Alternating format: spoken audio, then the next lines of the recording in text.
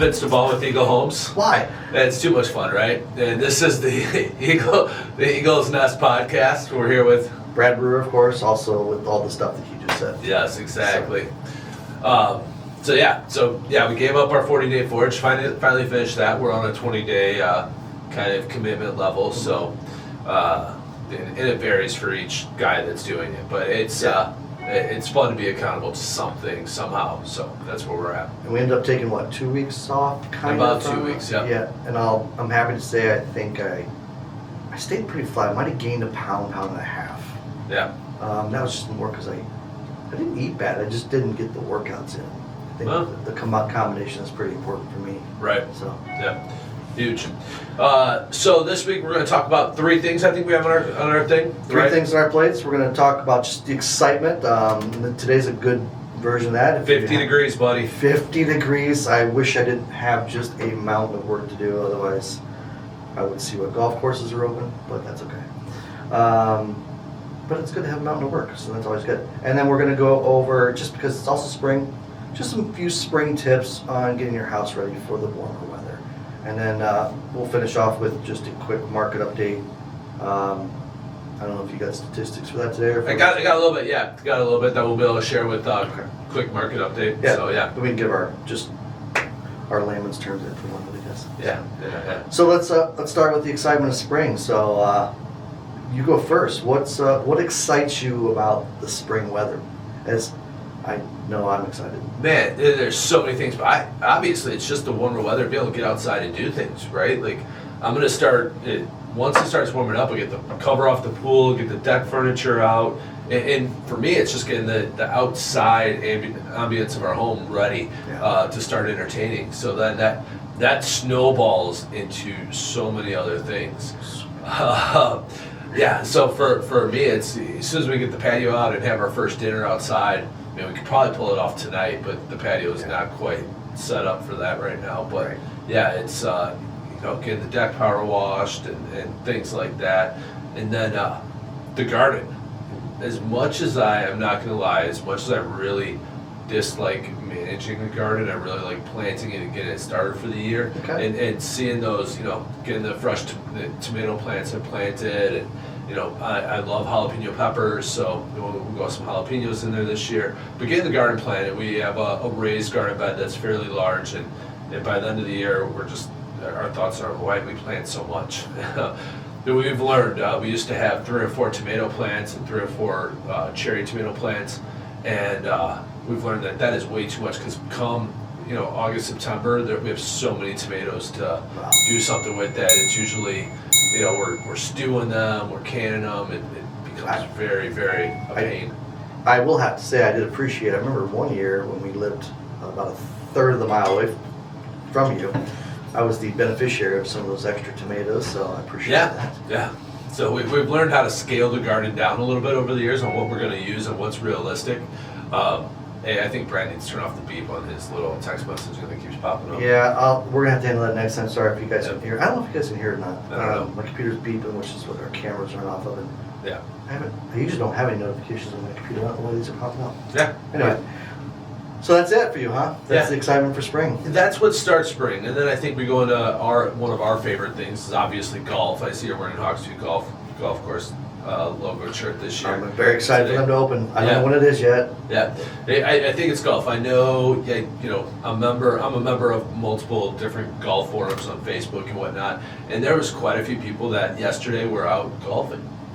Spring Valley and Evergreen. Yeah. So supposedly we're open yesterday. Those were the 2 in this area that you saw. Yeah, that I saw. There could be more open because there are several courses. Twin Lakes Country Club could have been open as well. Yeah. I know they tend to, as soon as weather's capable, they'll open up. That's where we played our December round. Yeah. A few years back because they opened up. So. Yeah, and Bristol Oaks usually opens this time of year. Yep. Which is another course that will open earlier than some of the bigger public courses. So, great. Those are great. What about for you, Brad? Yeah, I'll skip the golf because obviously it's one and the same. I get excited. I wasn't had a headache over the weekend, so kind of laid low and got a chance to watch the Arnold Palmer Invitation. So just some of those spring tournaments. So that'll be my additional golf thing. Just some of those spring tournaments, and we are officially less than 1 month away from the Masters. It's one of any golf lover's most favorite tournaments. So that kind of stuff gets me excited for spring. Give you a fun fact about the Masters. Okay.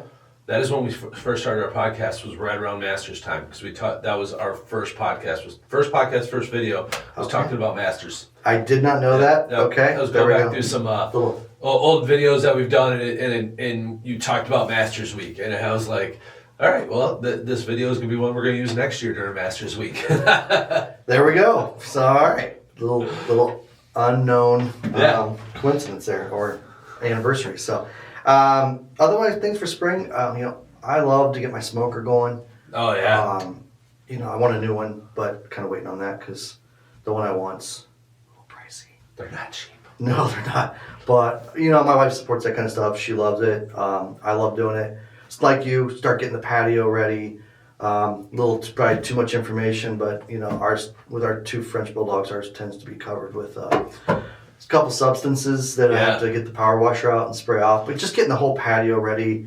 I love like warm spring, summer mornings, some days. Like I'll work outside, like not the yard work, but actual work. I'll take my computer, my cup of coffee out there, and I'll work outside for the first couple hours. Let the dogs roam a little bit. I just love that time of year. And then, of course, for us, it's 2 months away from boating season. Love to get the boat out and just, if I'm not on a golf course, I just love being on the water. So those are things that get me excited. What about, so you said smoker, what do you like to smoke? What's your favorite thing to smoke? And you talked about the wife. I can tell you what, my wife loves a couple things I smoke. So what's your favorite smoked item? Probably I have 2 that get the most reviews or rave reviews or wow, this is awesome. My brisket's really good, and I started this a couple of years ago where it's a ribeye, but it's not. I usually get 8 to 10 pound slab, so it's not cut, it's whole. And I have it's a 48-hour, including smoking, can be over a 48-hour process. Wow. And it includes starting with a bourbon soak, then a rub, then I smoke it up to less than rare, so about 100 degrees. Okay. And then I cut them. Yep. And then I finish them off on the grill to taste. Okay. So that's about as much as that I'll give away because that's a little bit of one of my secret weapons. Yeah. So. Yeah. So those are my 2. What are yours? I know you're a big smoker as well. Yeah. I have 2. Well, the first one is we'll do whole sides of salmon.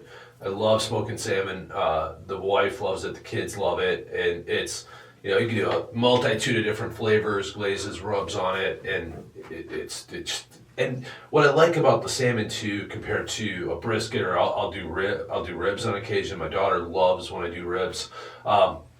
It doesn't take as long. Mm-hmm. So like you said, your ribeye that you do 48 hours, that's a long time. You're committed to a process, right? And so I love it when I can get my salmon in and out in 3 hours, 3 to 4 hours, give it or take, the thickness of it or whatnot.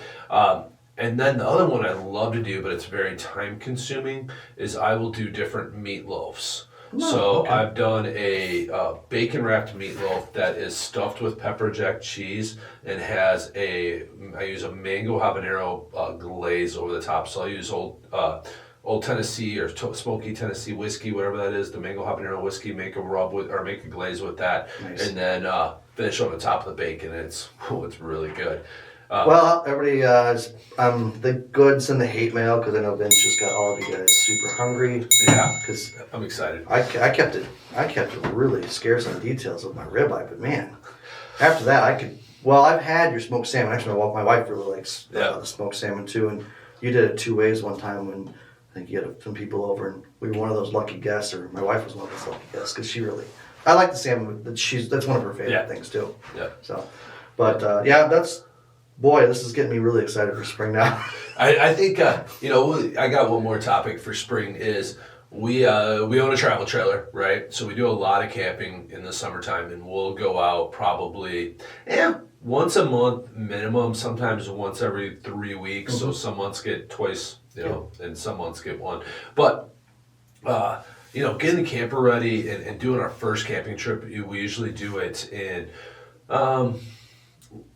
late March, early April. So it'll probably be about mid-April this year when we get out, because we have a spring break trip planned for the kids. But that first trip and getting out, sitting around the campfire. So we've had some really cold trips and wet trips for our first one, and we've had some just gorgeous trips. So I think for us, it's getting out and getting the camper out and getting back outside for the weekend. It's just a great way. Just seeing it parked in your driveway too, from being in winter storage. Gets you like, it's time. Yep, exactly. It's time. Well, it's like taking the cover off the pool. Yep. It's time, right? Or getting the boat out, right? So, well, I'm officially ready, and I know we've got I saw the forecast, next 10 days, actually 15 days, if you look at the long-term forecast, is definitely looking more like spring weather. Yeah. But we do have, there is a chance of snow for Thursday still. So we're not done with winter weather yet.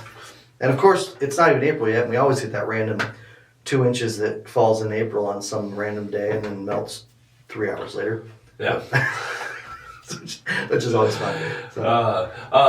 So I think getting ready for spring. Now let's transition that into the housing market. What if you're homeowner or thinking about being a homeowner, what are some of the things that are important for spring tips? Again, getting your house, just kind of freshened up for spring. Sure, I'll go 2 different ways on this on a couple of my tips. One is regardless if you're thinking about selling or not, right? Just good things to do for your home.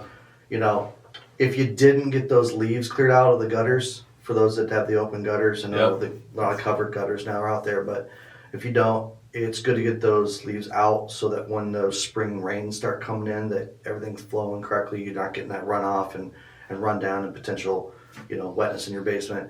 Another one is, just like you should going into winter, having your furnace serviced, get that air conditioner serviced, make sure it's functioning properly, because you start hitting some of those 75, 80 plus degree days, you're going to want to make sure that thing's working. So those are my immediate 2. My one that I'll mention that probably goes with, especially if you're getting ready to sell, you kind of alluded to it with deck and patio, but also then getting that yard ready. Yep. Those mulch beds tend to look a little, they probably look worse in the spring than they do in the winter, just because they'll typically have that snowfall. So starting to get those mulch beds cleaned up. The areas where if you got a plow guy, we got a plow guy. He's really good. He's also our lawn guy. So there's a couple areas where he goes off the driveway and just tears up the yard a little bit, but he repairs them every year for us, which is nice.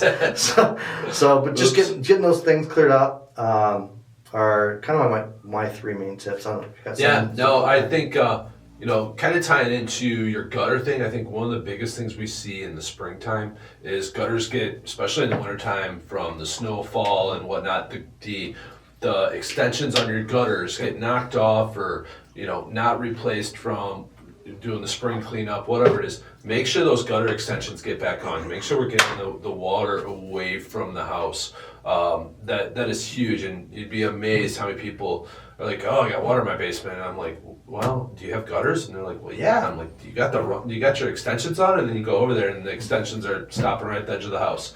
So, that's probably one of the biggest ones. I think also springtime, because we're starting to see daylight a little earlier, longer days. Great time to get your windows and your screens cleaned on your house. I know for us, we have quite a few windows. We have a slider in the back that, with a dog and 2 little kids, as soon as that sun starts to peak up this early in the morning, you start to see all those fingerprints and things like that. So it's a great time to kind of get the windows clean, go outside, wipe down the outsides, and then take those screens outside and spray them off real quick and let them dry.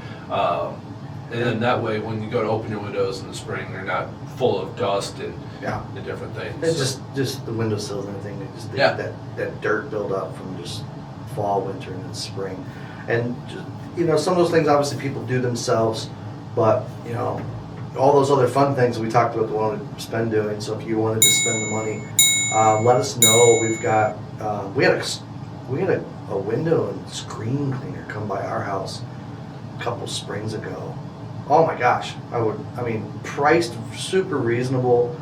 They were there for I want to say 2 hours. Guy brought a crew, like, I feel like there was 5 or 6 of them. Wow. And we had a lot of windows in our old house, and boy, they just knocked it out quick.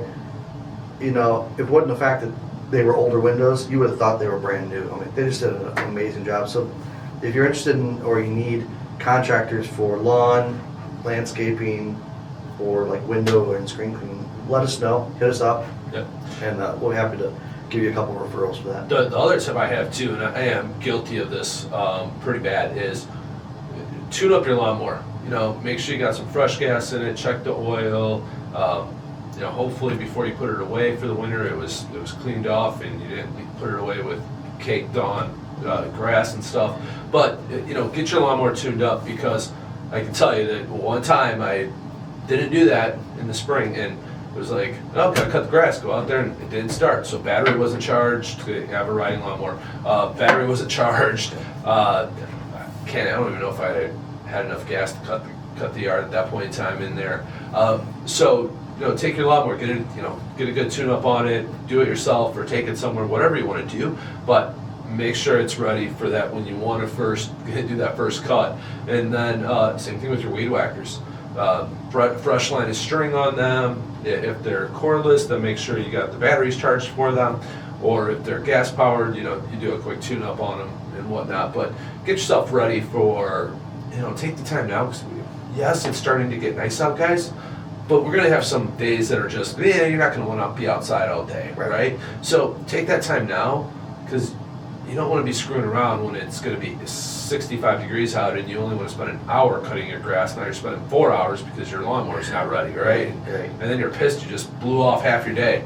Plus a lot of this spring stuff too, if you just get it done now, or get it done early as possible, you know, then throughout the years it's just a maintenance thing. It's not doing any type of landscaping. You know, try and get a lot of those projects done early so that when the weather's nice, if you're mowing your own yard, it's mowing the yard for like maybe an hour, like you're saying. Right. And then it's gonna have fun. Right. Then go enjoy, you know, all that nice weather activities that we talked about already. So Yeah. which I know that's definitely one thing I like to do. So, and I know everybody else does too. Right. And then my last spring tip is obviously, you know, don't turn them on too early, but a lot of us shut off the water to our outside spigots. Get those outside spigots hooked back up, get, you know, your hoses out, and run some water through those hoses. There's, you know, dirt, debris that's kind of settled in them. Run water through them for a little while, get it freshened up. And then if you have a sprinkler system, get that, you know, sprinkler system hooked back up, turn it back on. Run it a couple times. Make sure all of your line, run it in the middle of the day. You know, when you can get through and check all the zones, make sure nothing broke over winter, all the heads pop up. You know, if the head doesn't pop up, go clean off around it and make sure that head pops up. Because, you know, an irrigation system that's not working properly is just going to ruin your yard. You're going to have flooded areas. You're going to have possibly broken lines, whatever it might be. But make sure your irrigation system's set up. Make sure it's set up in the time frame that you want it to be going off. So, and once again, if you don't know somebody that can do it, reach out to us. We definitely have contacts that can help with that. But that is, you know, one of the things that I also usually fail at. I'm like, oh, I got to turn the sprinklers on, and then all of a sudden, half the heads don't work. I'm like, oh crap, here we go. Yeah, it's so funny. I never think it's as big of a list as it is, but then you start thinking of all the different things that on the exterior home, you just, because you're not going to go out there in January, it's 15 degrees and usually snow covered. Right. Now we did get a pretty, in my opinion, some people wouldn't call it a blessed mild winter, but for one that doesn't like the winter weather, I'll call it a blessing for sure. It was mild. It was 100% mild. It was awesome. That was awesome. All right. So last thing, let's talk about the market right now. We're definitely officially, and for those that don't know, the spring market really started in January this year. I mean, there was some spring market activity in January, especially on the buyer side. Yep. The listings are starting to come.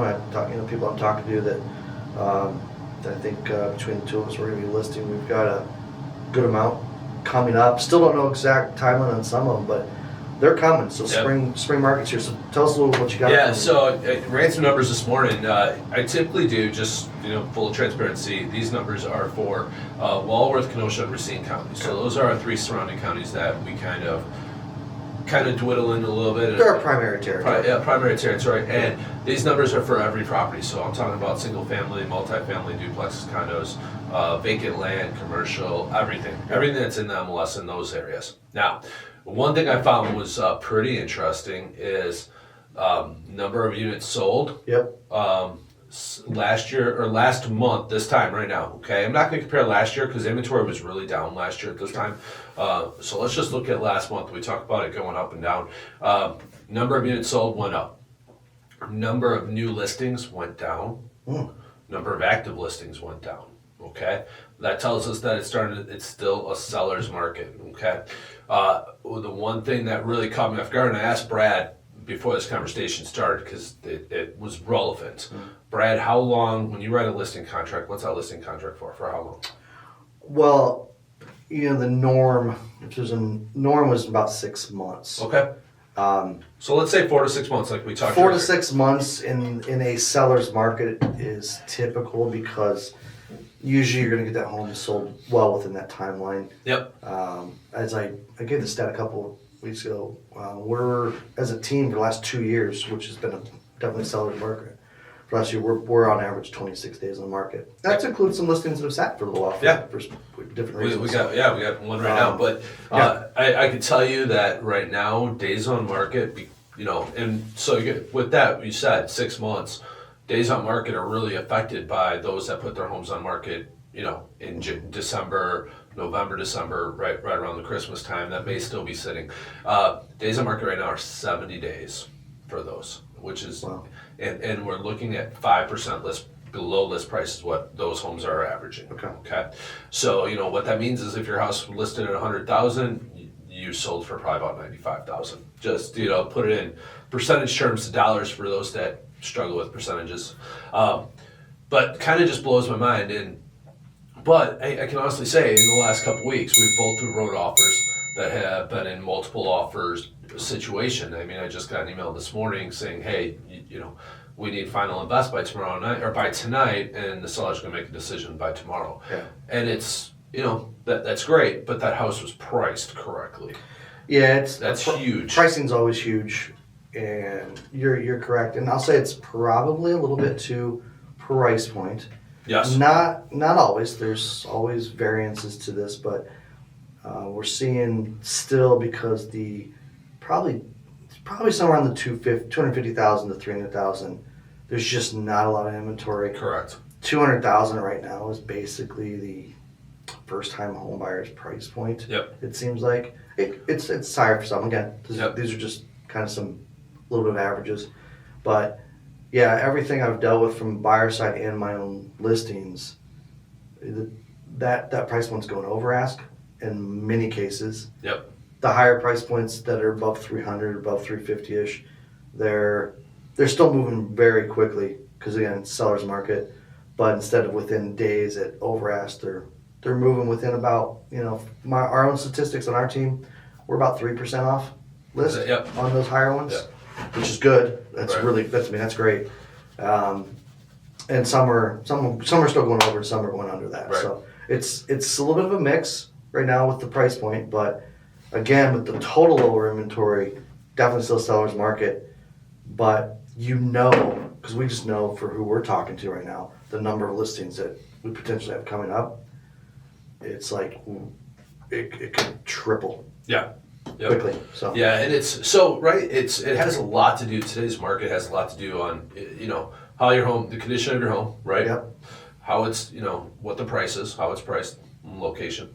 Yep. Those three things are really key drivers.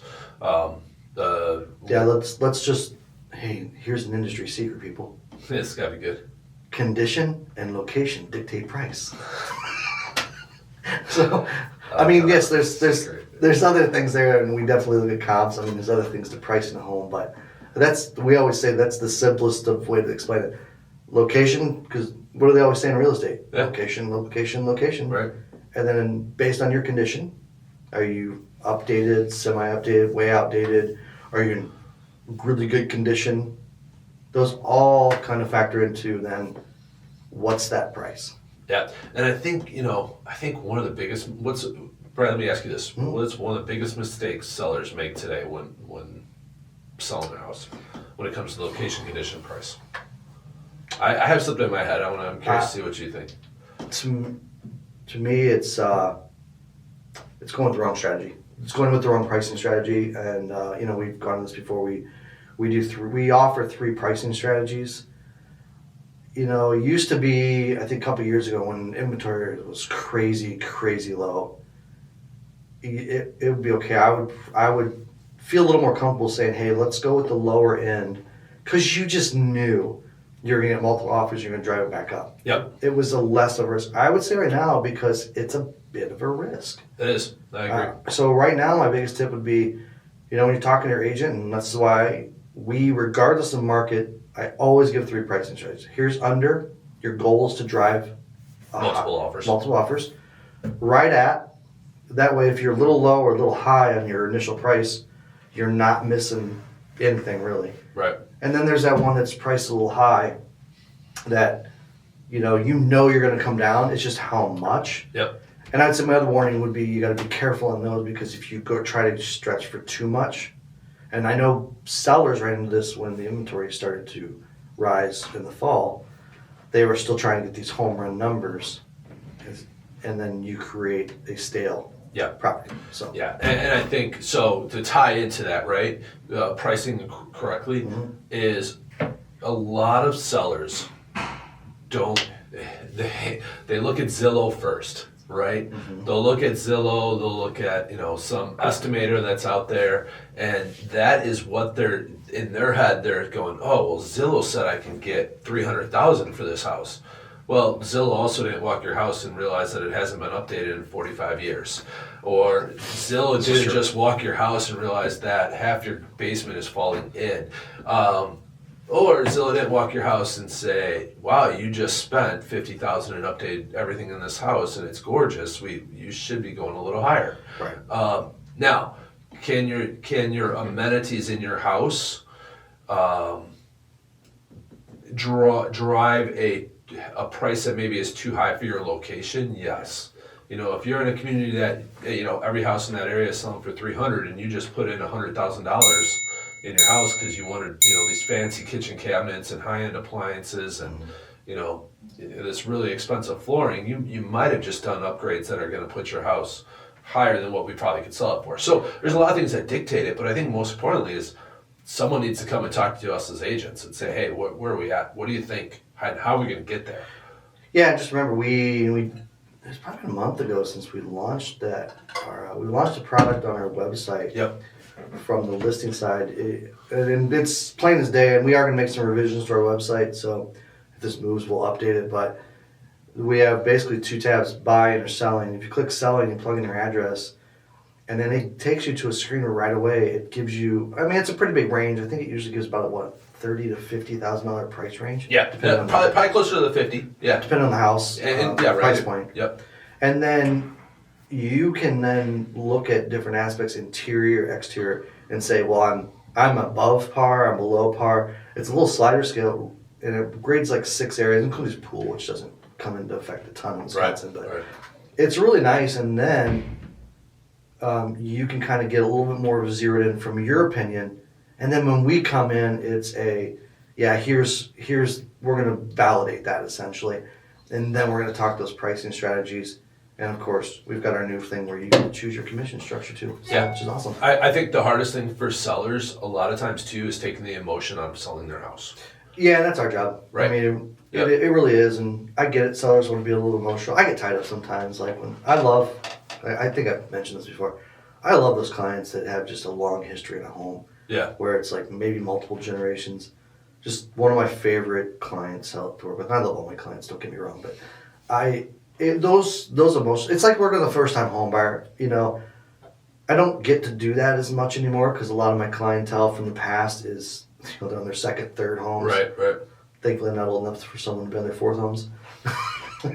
But I love working with first-time home buyers. There's just so many questions and there's an excitement to it. Yeah. It kind of brings a freshness back to do it. Yeah, when you've been doing this a while, so. Right. Sorry, I'm all excited about this stuff. That's awesome. So, a lot of it has to do with, location, Mhm. condition dictates price. Yep. And stay away from Zillow, guys. Yeah, and just so you know, like when I talk about our tool, it shows different sites, and Zillow's one of them that we show. Yep. Where you can see what Get your Zillow estimate, says. yeah. But it shows like 3 or 4 other of those type of Zillow type platforms on Yep. there that give home estimates. They can be right. They can. It's just more stretch. often than not, they're off. Right, And right. they can be off low, they can be off high, and it can be pretty extreme. So Yeah. it's important that you get an agent. That's what we do. We're there to kind of come in and say, validate. And again, it comes down to location, condition, and price. Yeah. But there's variables and ways to grade that. So Yeah. anyway, Well, guys, we're on the top of the 9:30 hour, just over. Vince Devall with Eagle Homes, powered by EXP. and I'm Brad Brewer, all with what he just said. Yep. Guys, have a great week, and we'll see you next week. Thank you. Thank you, everybody.